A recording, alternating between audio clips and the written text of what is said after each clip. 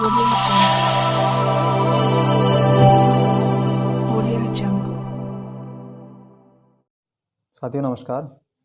एक बार से आपका फिर स्वागत है हमारे यूट्यूब चैनल निर्वेंद्र LLB में। और आज का हमारा टॉपिक है, आज हम उपस्थित हैं एक नया टॉपिक लेकर जिसका नाम है FIR क्या होती है।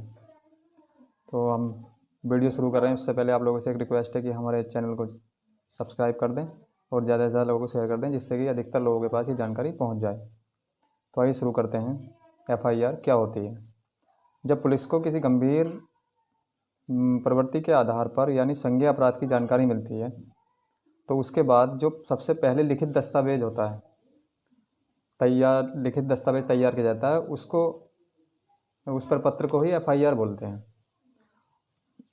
इसके नाम से ही जैसे पता चलता है, FIR का पूरा नाम होता है फर्स्ट इन्फॉर्मेशन रिपोर्ट। ये हिंदी में प्राथमिकी भी बोलते हैं। जब पुलिस को किसी भी आपराधिक घटना के बारे में सबसे पहली सूचना मिलती है, तो पहली सूचना को ही FIR कहा जाता है। FIR वो महत्वपूर्ण एक सूचनात्मक दस्तावेज होता है जिसके आधार पर पुलिस आपराधिक घटना की कानूनी रूप से जांच करती है और उसकी अगली कार्रवाई करती है। अधिकतर यह किसी पीड़ित व्यक्ति द्वारा शिकायत के बाद लिखी गई रिपोर्ट होती है। अगर किसी व्यक्ति के साथ कोई अपराध हुआ है और वो उससे पीड़ित हुआ है, तो वो जो सबसे पहले सूचना देता है पुलिस को जाकर के, वही प्रथम सूचना रिपोर्ट होती है, उसको ही FIR बोलते हैं। अधिकतर यह किसी पीड़ित व्यक्ति द्वारा शिकायत के बाद लिखी गई रिपोर्ट होती है, लेकिन कोई भी व्यक्ति पुलिस को अपने साथ या करीबियों के साथ हुई अपराध की घटना पर भी पुलिस को शिकायत कर सकता है, जो मौखिक या लिखित दोनों तरीके से हो सकती है। पुलिस से फ़ोन के जरिए की गई शिकायत भी FIR ही मानी जाती है। उसके आधार पर भी FIR दर्ज हो सकती है। FIR केवल संज्ञेय अपराध होने पर ही दर्ज होती है। अब आपका सवाल होगा कि असंज्ञेय अपराध में कौन सी रिपोर्ट लिखी जाती है। तो असंज्ञेय अपराध में पुलिस NCR दर्ज करती है, जिसकी फुल फॉर्म होती है नॉन कॉन्जिनेबल रिपोर्ट, यानी असंज्ञेय अपराध। NCR के बारे में मैं विस्तार से अगले वीडियो में बताऊंगा। इस वीडियो में हम केवल FIR के बारे में ही बात करेंगे। तो FIR का क्या महत्व होता है। किसी भी अपराध की जांच में FIR सबसे ज़रूरी डॉक्यूमेंट होता है, क्योंकि इसके तहत ही पुलिस को अधिकार होता है कि वह आरोपी व्यक्ति को गिरफ्तार करे और जांच पड़ताल करे। आगे की कानूनी कार्रवाई FIR के आधार पर ही की जाती है। FIR कौन दर्ज करा सकता है। अगर किसी भी व्यक्ति के पास किसी गंभीर घटना यानी संज्ञेय अपराध की जानकारी है, तो वह अपने नज़दीकी पुलिस स्टेशन में जाकर FIR दर्ज करा सकता है। ये ज़रूरी है कि घटना की सूचना अपराध के पीड़ित व्यक्ति यानी जिसके साथ घटना हुई है, उसी व्यक्ति को FIR दर्ज करानी चाहिए। अगर किसी पुलिस अधिकारी को संज्ञेय अपराध की जानकारी मिलती है, तो वह भी शिकायतकर्ता बन सकता है, खुद FIR दर्ज कर सकता है। अगर आपके साथ कोई वारदात हुई है और आपको पता है कि आपने न चाहते हुए भी कोई अपराध कर दिया है, आप वारदात के मौके पर वहाँ मौजूद थे, तो भी आप FIR दर्ज करा सकते हैं, जिससे उचित से उचित कार्रवाई की जा सके। FIR दर्ज कराने का प्रोसेस क्या होता है, वो हम FIR दर्ज कराने का जो तरीका होता है उस पर बात करते हैं। दंड प्रक्रिया संहिता CRPC 1973 की धारा 154 के आधार पर FIR लिखी जाती है। बहुत ही ज़रूरी और गंभीर मामलों में पुलिस को FIR तुरंत दर्ज कर इन्वेस्टिगेशन यानी जांच शुरू करना अनिवार्य होता है। जब कोई व्यक्ति वारदात, घटना या अपराध की जानकारी मौखिक रूप से देता है, तो उसको भी लिखित रूप से दर्ज करने का कार्य पुलिस करती है।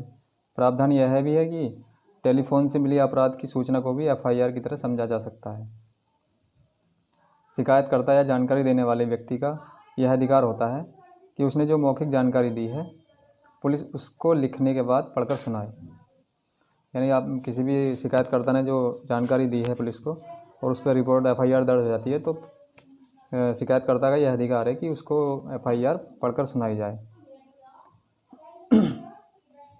घटना की जानकारी को पुलिस द्वारा लिखने के बाद उस पर सूचना देने वाले व्यक्ति के हस्ताक्षर होने चाहिए। यानी जिस व्यक्ति ने भी FIR लिखवाई है उस पर उस FIR के हस्ताक्षर होने चाहिए और FIR पर शिकायतकर्ता को तभी हस्ताक्षर करने चाहिए। जो FIR लिखवाई है उस पर शिकायतकर्ता को तभी हस्ताक्षर करना चाहिए जब लगे कि उसके द्वारा दी गई जानकारी को पुलिस ने ठीक लिखा है तथा बताए गए कथनीय तथ्यों को तोड़ मरोड़ कर नहीं लिखा गया है। यानी जो उसने जानकारी दी है वही बातें FIR में लिखी गई हैं, अलग से इधर उधर से तोड़ मरोड़ कर पुलिस ने अपनी तरफ से कोई भी शब्द उसमें ना लिखा। जो लोग लिख या पढ़ नहीं सकते हैं वो इस रिपोर्ट पर अंगूठे का निशान लगा सकते हैं। FIR दर्ज करने के बाद FIR की एक कॉपी ज़रूर प्राप्त करनी चाहिए। यानी शिकायतकर्ता को जब भी उसने FIR दर्ज कराई हो तो उसकी एक कॉपी शिकायतकर्ता को ज़रूर प्राप्त कर लेनी चाहिए। FIR की कॉपी बिल्कुल मुफ्त में मिलती है। शिकायतकर्ता को FIR की कॉपी मुफ्त में दी जाती है। ये पुलिस का कर्तव्य है और उसका शिकायतकर्ता का अधिकार है कि वो FIR की कॉपी प्राप्त कर ले, जो निःशुल्क दी जाती है। और मैं आपको बताता हूँ FIR की किस तरह की जानकारी, FIR में किस तरह की जानकारी देनी चाहिए। अगर किसी के साथ कोई घटना घटी है और वो FIR लिखवाने के लिए गया हुआ है तो उसे क्या जानकारी देनी है FIR में। सबसे पहले तो शिकायतकर्ता का नाम, शिकायतकर्ता कौन है उसका नाम लिखा जाएगा। पता उसका क्या है, किस एड्रेस पर रहता है, कहाँ रहता है। तारीख, घटना किस तारीख को घटी है। समय, किस तारीख को किस समय घटना घटी है। ये दोनों चीज़ें सटीक सही तरीके से बतानी चाहिए। सूचना की जगह के बारे में जानकारी देनी चाहिए, घटना किस जगह पर घटी है। और अपराध की सही और सच्ची जानकारी भी, तथ्य सही बताने चाहिए। यानी जो भी रियलिटी है, जो रियल घटना घटी है वही बतानी चाहिए, उसमें तोड़ मरोड़ कर इधर उधर से कोई शब्द शामिल ना किया जाए। और जो घटना घटाने में, अपराध में जो व्यक्ति शामिल थे उन लोगों के नाम बताने होते हैं। कोई वहाँ पर चश्मदीद गवाह हो जिसने घटना को घटते हुए देखा हो तो उसकी जानकारी भी FIR में देनी होती है। FIR दर्ज कराते समय आपको कोई भी गलत जानकारी तथा तथ्यों को तोड़ मरोड़ कर नहीं बताना है। और अगर कोई व्यक्ति ऐसा करता है तो उसके खिलाफ भारतीय दंड संहिता IPC 1860 की धारा 203 के तहत कार्रवाई की जा सकती है। इसमें कोई बयान ऐसा भी नहीं होना चाहिए जिसके बारे में आपको कोई स्पष्ट जानकारी ना हो। यानी आपको जिस बात के बारे में कोई जानकारी नहीं है तो उसकी वो जानकारी FIR में नहीं देनी चाहिए। नहीं तो उस पर अगर कोई आदमी इस तरह से गलत जानकारी देकर FIR लिखवाता है तो उस पर IPC की धारा 203 के तहत कार्रवाई हो सकती है। अब बात करते हैं, यदि पुलिस FIR दर्ज नहीं कर रही हो तो क्या करना चाहिए।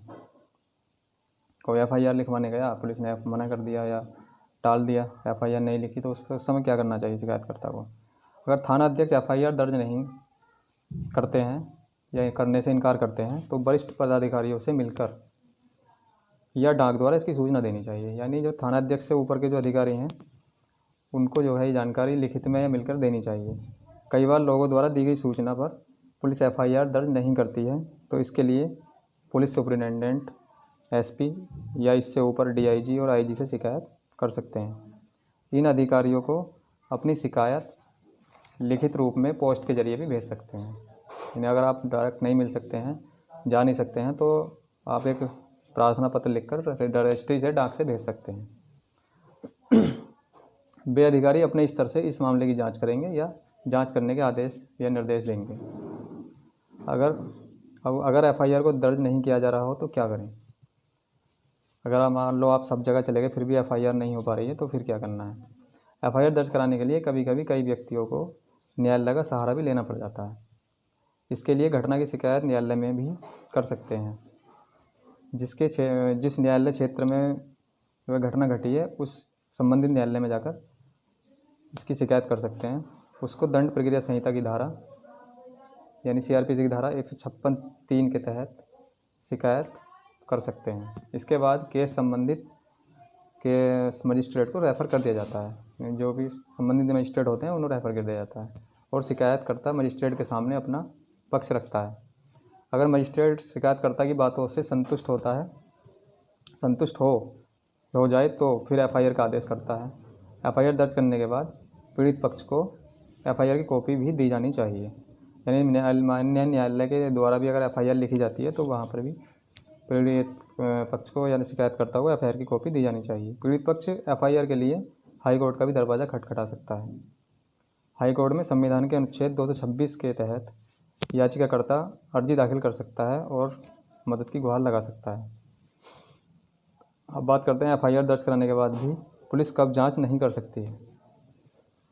एफआईआर दर्ज कराने के बाद पुलिस मामले की जांच तब नहीं करती है जब अपराध संज्ञेय अपराध में की श्रेणी में नहीं आता हो, यानी अपराध बहुत गंभीर न हो, जिसके लिए अदालत की बिना आज्ञा के कार्रवाई संभव नहीं हो पाती, और जब पुलिस को लगे कि मामले की जांच पड़ताल के लिए कोई पर्याप्त कारण नहीं है तो वह कार्रवाई के लिए बाध्य नहीं है। हालांकि इस स्थिति में उसे कार्रवाई न करने की बजाय को लॉग बुक में दर्ज करना होता है कि वो इस मामले की जांच क्यों नहीं कर रहे हैं, जिसकी जानकारी भी शिकायत करने वाले व्यक्ति को देनी होती है। पुलिस अधिकारी अपनी तरफ से इस रिपोर्ट में कोई भी टिप्पणी नहीं जोड़ सकता है। आज का टॉपिक हमारा यहीं समाप्त होता है। फिर मिलते हैं किसी नए अन्य टॉपिक पर वीडियो लेकर, और आपसे पुनः निवेदन है कि हमारी अगर वीडियो पसंद आए तो लाइक करें और शेयर करें और चैनल को सब्सक्राइब कर लें और